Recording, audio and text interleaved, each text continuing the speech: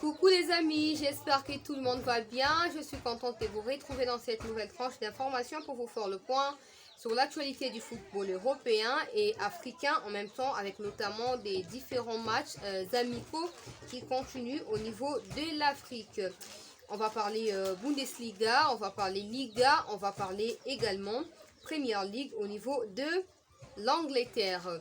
Commençons avec Cristiano Ronaldo au niveau de la Série A qui est testé positif au coronavirus. L'international portugais pourrait manquer la rencontre entre la Juventus Turin et les FC Barcelone. Match comptant pour les éliminatoires de la Champions League de l'UEFA pour les 28 octobre prochain.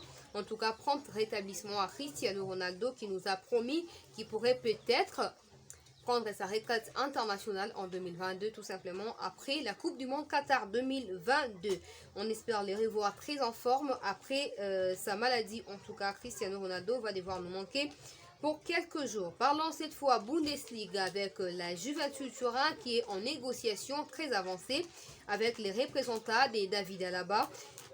Un accord a déjà eu lieu entre les joueurs et la Juventus. Maintenant, il reste au club de pouvoir valider cet accord.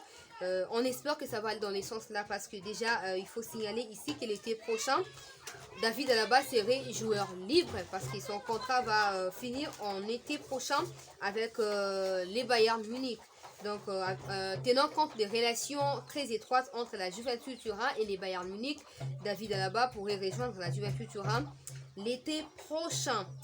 Parlons cette fois de quelques rencontres plutôt au niveau de la Liga avec notamment les Clasico entre les FC Barcelone et les Real Madrid qui est confirmé pour les samedis 24 octobre prochain. Je reviendrai dans une prochaine vidéo pour vous dire les états d'esprit entre les différents joueurs et surtout les mentales et surtout l'efficacité, mais quelle d'entre les deux équipes est plutôt efficace et peut remporter ces classicos espagnols.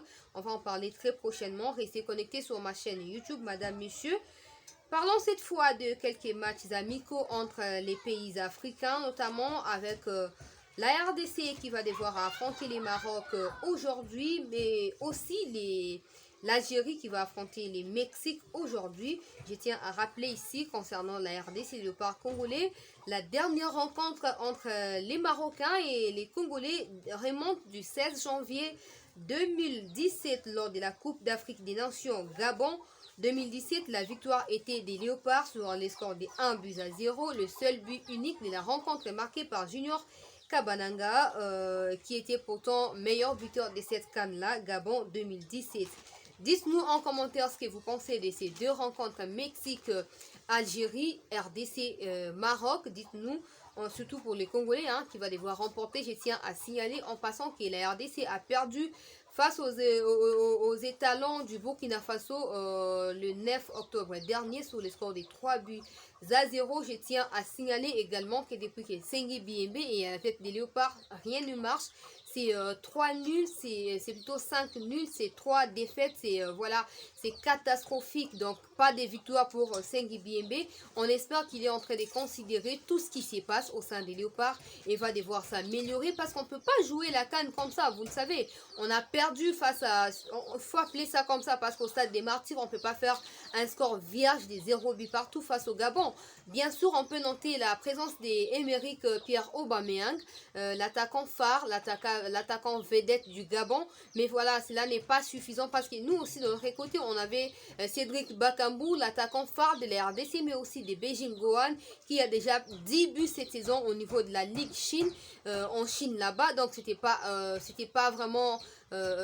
voilà, élégant à voir comme rencontre, mais voilà, dans tous les cas c'est déjà passé, mais il faut remonter la pente, il faut renouer avec une victoire pour préparer en tout cas les matchs officiels qui va devoir venir très prochainement. La RDC qui va affronter l'Angola. Vous le savez que l'Angola est aussi en forme parce qu'on l'a vu aussi remporter un match lors de ces rencontres amicales. Donc on espère que la RDC ne va pas faire un match nul. En tout cas, la RDC ne fera pas un match nul, va plutôt remporter comme il y a quelques années face aux Marocains, peut-être sur un score de 1 but, 2 buts. L'important c'est de renouer avec une victoire. Donc toutes nos bonnes chances aux Léopards congolais et nous souhaitons les bonnes chances à Christian Fengi Biembe, les coachs des Léopards, pour faire mieux ce soir face aux Lions d'Atlas, plutôt d'Atlas du Maroc. Donc voilà tout pour cette tranche d'information, madame, messieurs. N'hésitez pas à mettre en commentaire ce que vous pensez de toutes ces rencontres donc j'ai signalé ici dans cette tranche. Et on se retrouve prochainement. Prenez bien soin de cliquer sur abonner pour vous abonner afin de me soutenir. À très bientôt.